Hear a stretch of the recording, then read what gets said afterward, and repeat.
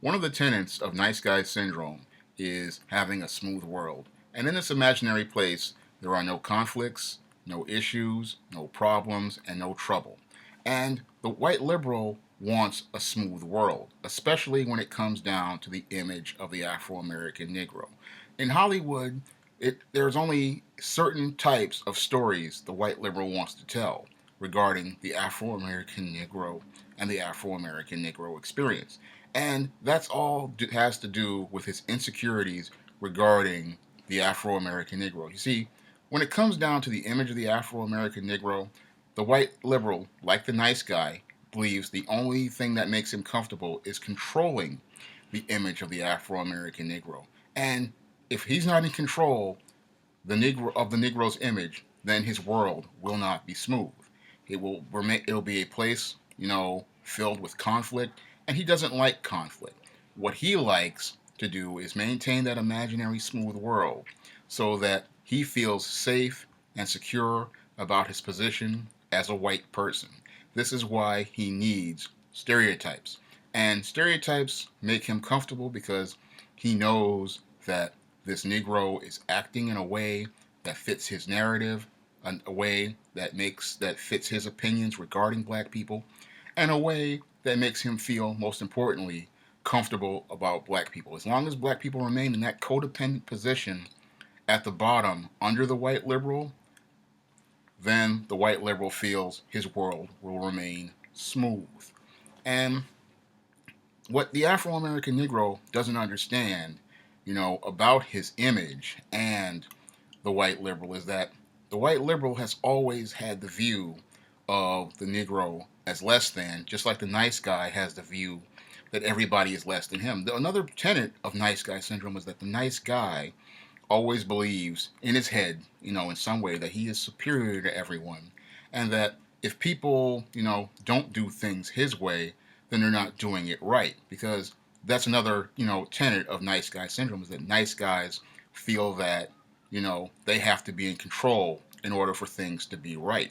And what the nice guys in Hollywood like to do is they feel that the image of the Afro American Negro is not correct unless they are controlling it and they are dictating the terms of what African American is to the Negro masses. So that's why they go out of their way to present stereotypes about the Afro American Negro as the mainstream image of African Americans. But, African Americans, for the most part, can't connect the dots regarding how the white liberals' perception of them, makes the white liberals' world smooth, but, hurts the Afro American Negro. Because these stereotypes that they present from Hollywood, for the most part, present an image of a dysfunctional African American community, Negroes killing each other, Negroes, fighting each other, Negroes arguing with each other, Negroes fussing with each other, nothing but drama.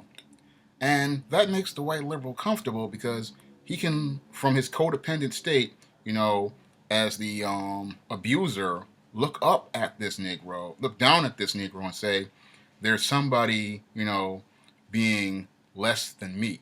So he can look down from that position, in a paternalistic, condescending view and say, there's somebody in a position less than me. And that Negro, as long as he remains in that position, my world is going to be okay because I know that, as long as this Negro is at the bottom, I am comfortable at the top. But, the white liberal, that's how he pretty much wants his world to be. And what makes him uncomfortable are people like myself who present, different images of African Americans that don't fit his narrative. If he does not, the thing is that the white liberal, because he's a racist and nobody wants to tell him he's a racist, he wants to see dysfunction and chaos as the main narrative for African Americans. He does not want balanced, humanized images of African Americans out there. He wants the Negro to remain at the bottom. He wants the Negro to remain a victim.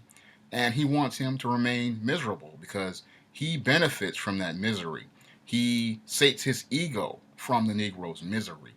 And he needs the Negro to be miserable so that he can feel comfortable, again, about his position as a middle class American with a functional family. Now, the truth about the white liberal is his family is just as dysfunctional, but as long as he can present the image of being, somewhat more than, he feels comfortable about that.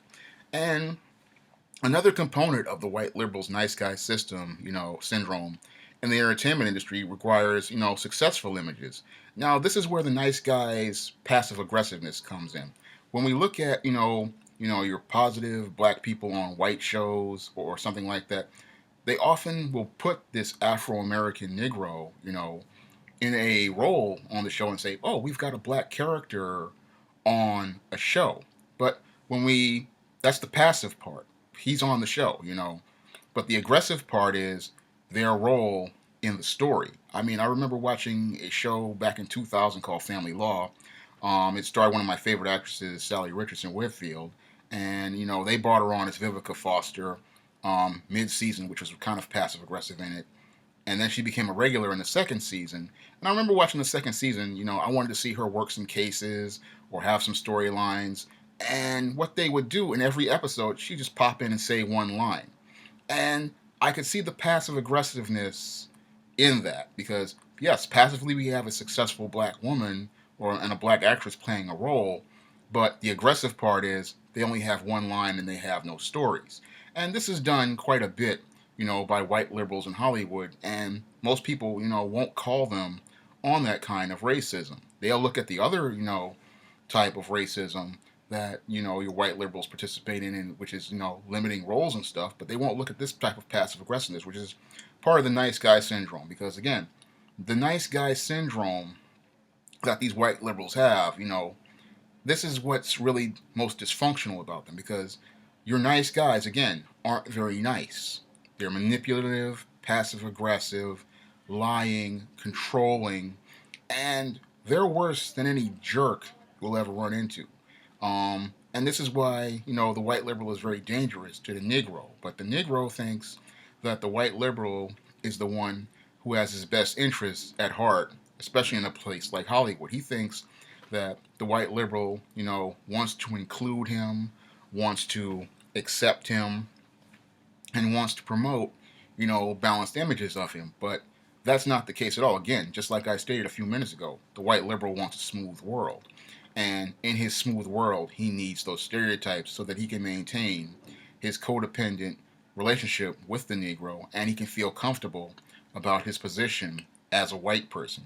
Now, he'll talk about inclusion, but inclusion, again, comes as part of his terms. And under his terms, in order for him to include you in his, Hollywood, you have to fit a certain narrative, you have to fit into a certain box, and you have to make him comfortable. You either have to be some sort of thug or some sort of, minstrel image, or you have to be some sort of, Uncle Tom type who likes to swirl and will denounce his own race. Those type of images make white liberals feel comfortable. And that's not right because if you say you want real diversity and you want to have, uniqueness, you don't want to control the image of people. You don't need a smooth world. What you would want, are balanced images that show, the broad spectrum of experiences of African Americans. But the white liberal doesn't want to show, a broad spectrum of images and experiences of African Americans. No. What he wants are stories that fit his narrative and make him comfortable and, make him feel good about things. This is why he will give and always gives Oscars to roles that feature black people degrading themselves, like Halle Berry did in Monsters Ball, or black brutes like Denzel Washington played in Training Day. Because the white liberal only feels comfortable with those types of images of black people. The white liberal will sit there and say, he wants to include people, but again, he only wants to include people who fit his narrative, tell his story, and tell people what makes him feel comfortable about what black is. And the scariest part about this white liberal and his control of the black image is that he only wants to promote dysfunction and discord in the black community. The only images he wants to see of black people are miserable black people who are poor and downtrodden, like your Precious, dysfunctional ghetto people like are in your Empire, um, bed wenches like in Scandal, or a whole host of minstrel images. And when we connect the dots, with these modern images and trace them all the way back to the 1930s, we see that the images that the white liberals promote today are just like the images that Democrats and racists promoted way back during the Jim Crow period. Because the Jim Crow mainstream period, Hollywood promoted the exact same images of African Americans. And that, again, was part of white liberals and Democrats having that smooth world. They wanted to have that world where blacks were inferior, blacks were at the bottom, and as long as blacks were at the bottom, they could feel secure about their positions as white people at the top.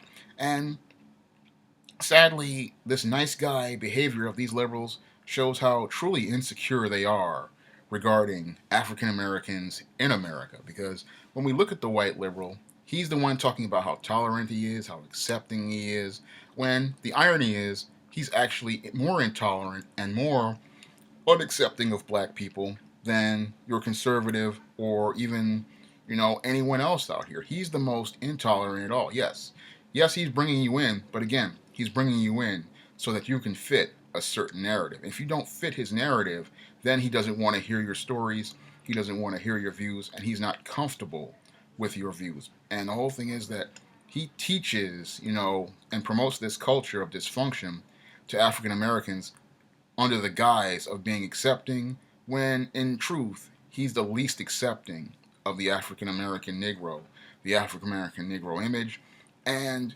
African American people, because he does not want to hear from anyone who isn't his version of black. He doesn't want to talk to anyone that's his version of black, and he's not comfortable with anyone who is not his version of black. He needs black people to be mammies. He needs Negroes to be coons. He's the one who needs you to be a brute. He's the one who needs you to be an Uncle Tom. And if he cannot fit you into one of those boxes, then he has a problem with you, just like your nice guy. Your nice guy, unless you are something that makes him feel comfortable, then he feels he can't be nice to you because, again, he feels he cannot get you into one of his covert contracts or one of his give to get situations or fit you into his smooth world in any way, shape, or form. And when you deal with this nice guy liberal, you start to see when you don't fit his box, that's when you start to see, the other side of this guy. And that's when he'll start showing you the truth about his character. But many Negroes, they don't understand the truth about this liberal because the liberal, for the most part, tries to censor any sort of image that does not fit his narrative and any sort of image that does not fit his view. He wants to keep that world smooth, so he makes every effort to keep those images out of mainstream media and keep those type of people out of his mainstream box. And he'll find ways to discredit anybody who presents those views because he doesn't want anyone to hear this. He doesn't want anybody to hear that, black people are living different lives, lives that don't fit the stereotypes that are presented on your television and in your media every day. There are black people, in different cultures, black people having different experiences, telling different stories. He doesn't want to hear those stories because, again, they're not part of his smooth world. His world has to be one way, and his way, really is destructive to black people. But black people, you can't tell them any different because black people, for the most part, think that if they get the acceptance and the approval of the white liberal, they're going to be better off. But all they do when they try to get the approval of this white liberal is wind up in his codependent trap and wind up in a relationship where they are the abused, he is the abuser, and it's a vicious cycle where they always remain the victim and never become the victor. That's all I have to say for this video. You can comment, rate, and subscribe.